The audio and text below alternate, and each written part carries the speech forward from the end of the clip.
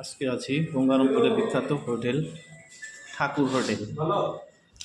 তো এই হোটেলে দেখো যে মাছ মাছ আছে, সবজি আছে, বেগুন ভাজা আছে, পেঁয়াজ আছে, লঙ্কা আছে, আমার যে ডাল আছে, সব দিয়ে আজকে খাওয়া চলবে।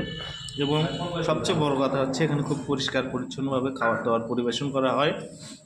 আর এখানকার যে হোটেল মালিক খুবই আন্তরিক মানুষ, একজন অসাধারণ মানুষ এবং অসাধারণ ওনার ব্যবহার। তার সাথে এখানে খুবই কম প্রাইসে মাছ, মাংস সব ধরনের খাবার পরিবেশন করা হয়।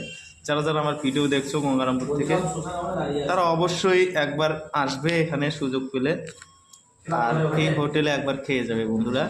খুবই ভালো এবং খুবই একটা অসাধারণ অভিজ্ঞতা হবে তোমাদের। তো সবার সঙ্গে দেখা হচ্ছে পরবর্তী ভিডিওতে। Bye bye.